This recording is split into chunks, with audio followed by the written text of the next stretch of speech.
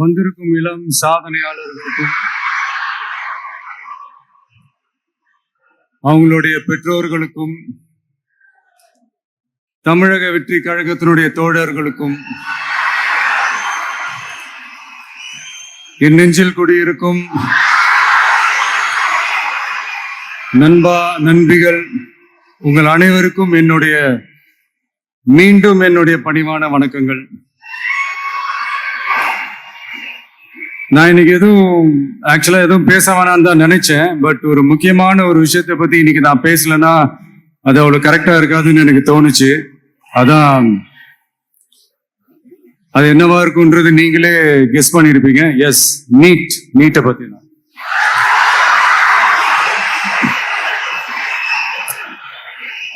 இந்த நீட்ன்றது பாத்தீங்கன்னா நம்ம தமிழ்நாட்டில் இருக்கிற மாணவ மாணவிகள், குறிப்பா கிராமப்புறத்தில் இருக்கிற ஏழை எளிய பிற்படுத்தப்பட்ட, மிகவும் பிற்படுத்தப்பட்ட மற்றும் தாழ்த்தப்பட்ட வகுப்பினை சேர்ந்த இந்த மாணவ மாணவிகள் எல்லாருமே ரொம்பவும் பாதிக்கப்படுறாங்கன்றதுதான் ஒரு சத்தியமான ஒரு உண்மை. இந்த நீட்டை பத்தி ஒரு பிரச்சனையா நான் பாக்குறது என்னன்னா, ஒண்ணு இந்த நீட் இந்த மாநில உரிமைகளுக்கு எதிரானதா இருக்கு. நீங்க 1975க்கு முன்னாலே பாத்தீங்கன்னா இந்த கல்வி மாநில பட்டியல தான் இருந்துச்சு. உங்க எல்லாருக்குமே தெரிஞ்ச ஒரு விஷயம்தான். அதுக்கப்புறமா தான் அது ஒன்றிய அரசு வந்ததுக்கு அப்புறம் அது பொது பட்டியல அது சேர்த்தாங்க. எனக்கு தெரிஞ்சு அதுதான் ஒரு முதல் பிரச்சனையா ஒண்ணு ஸ்டார்ட் ஆச்சு. ரெண்டாவது பாத்தீங்கன்னா ஒரே நாடு, ஒரே பாடத்திட்டங்கள், ஒரே தேர்வு. இது பேசிக்காவே அந்த கல்வி கற்கும் அந்த நோக்கத்திற்கே ஒரு எதிரான ஒரு விஷயமா நான் அதை பாக்குறேன். ஒவ்வொரு மாநிலத்துக்கு ஏத்த மாதிரி அந்த பாடத்திட்டங்கள் இருக்கணும். இது நான் மாநில உரிமைகளுக்காக மட்டுமே இதை நான் கேட்கல. நீங்க பாத்தீங்கன்னா அந்த கல்வி முறையில பல்வேறு கண்ணோட்டங்கள், பல்வேறு பார்வைகள், டிஃப்ரெண்ட் பெர்ஸ்பெக்டிவ்ஸ் ஒன்று சொல்லுவாங்க இல்லையா, அப்படி அதுக்கு ஒரு முக்கியத்துவம் கொடுக்கிற ஒரு விஷயமா அது இருக்கணும்ன்றதான் என்னுடைய பார்வை.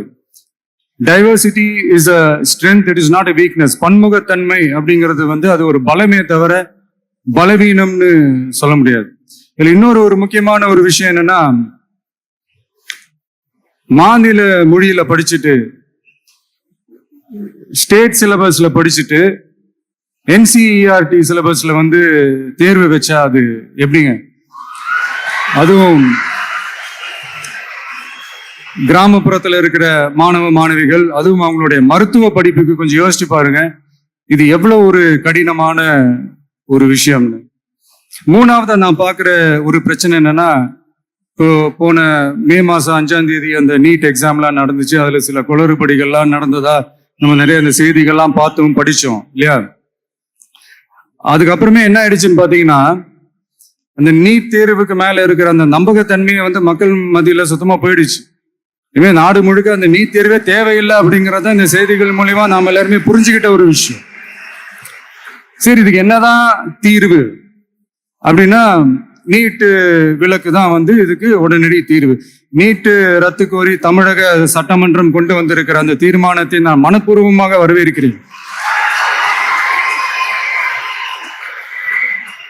இதுக்கு அந்த ஒன்றிய அரசு அந்த கால தாமதம்லாம் எதுவும் செய்யாம தமிழ்நாட்டு மக்கள் அவங்களுடைய உணர்வுகளுக்கு மதிப்பு கொடுத்து இதை சீக்கிரமாவே இதை சால்வ் பண்ணணும் அப்படின்றதான் இங்க நான் கேட்டுக்கிறேன். சரி, ஓகே, இதுக்கு நிரந்தர தீர்வு தான் என்ன அப்படின்னா, இந்த கல்வி பொது பட்டியலிருந்து மாநில பட்டியலுக்கு கொண்டு வரணும். ஒருவேளை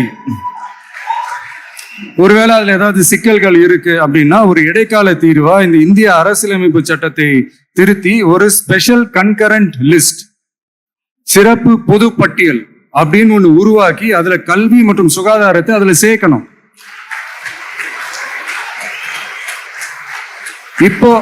இப்போ இருக்கிற அந்த பொது பட்டியல் என்ன ஒரு பிரச்சனை அப்படின்னா, நீங்க அந்த துறைகள்லாம் பாத்தீங்கன்னா மாநில அரசுகளுக்கு என்னதான் அதுல அதிகாரம் இருந்தாலும் அது முழுக்க முழுக்க ஒன்றிய அரசனுடைய கட்டுப்பாட்டுல தான் இருக்கு.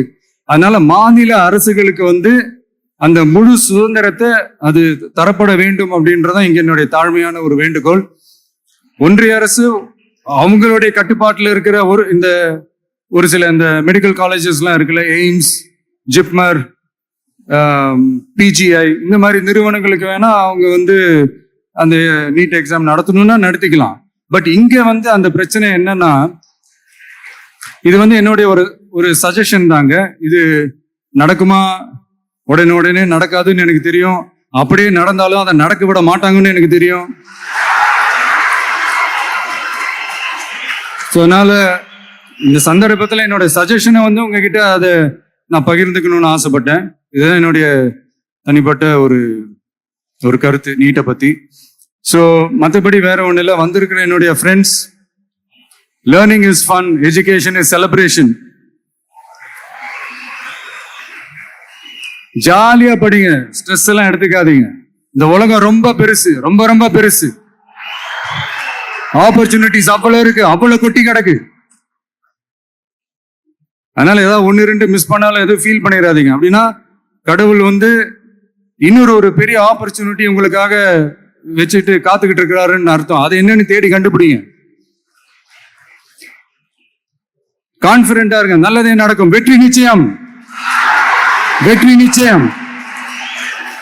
மீண்டும் சந்திக்கும் வரை நன்றி, வணக்கம்.